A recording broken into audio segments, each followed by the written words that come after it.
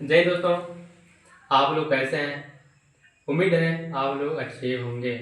आज हम आपको बताएंगे क्लास 10th में लेसन 3.1 का दूसरा क्वेश्चन का पहला चलेगा।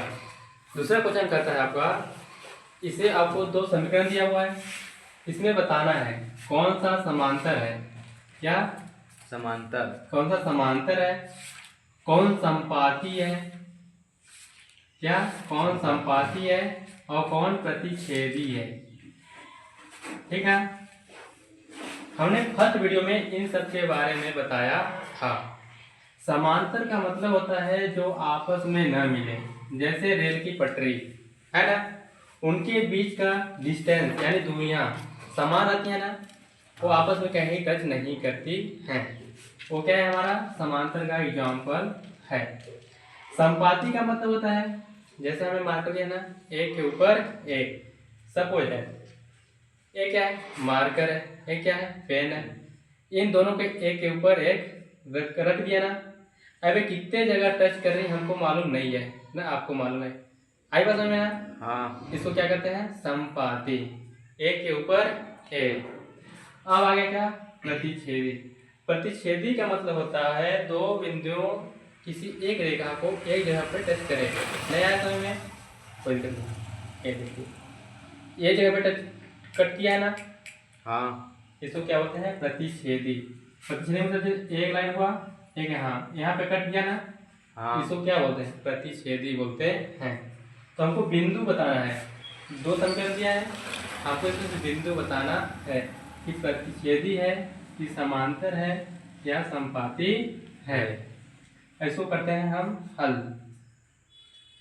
क्या करते हैं हम, इसका व्यापक रूप क्या होता है? इसका व्यापक रूप होता है a1 x plus b1 y plus c1 बराबर 0। ये है हमारा समीकरण पहला है। इसका दूसरा होता है a2 x plus b2 y plus c2 बराबर 0। इसको समीकरण 2 मानो।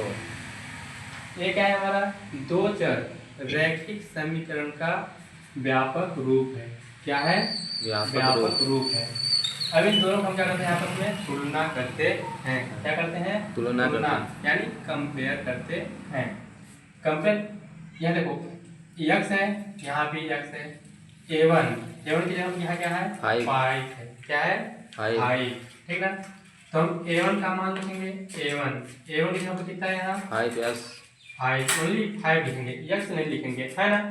ओनली हमको किसका मान चाहिए, a1 का मान चाहिए।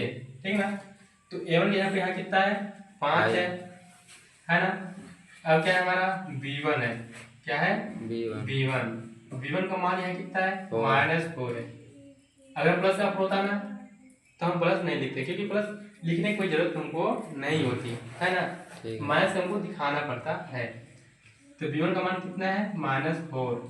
आई बात समझ में? हाँ।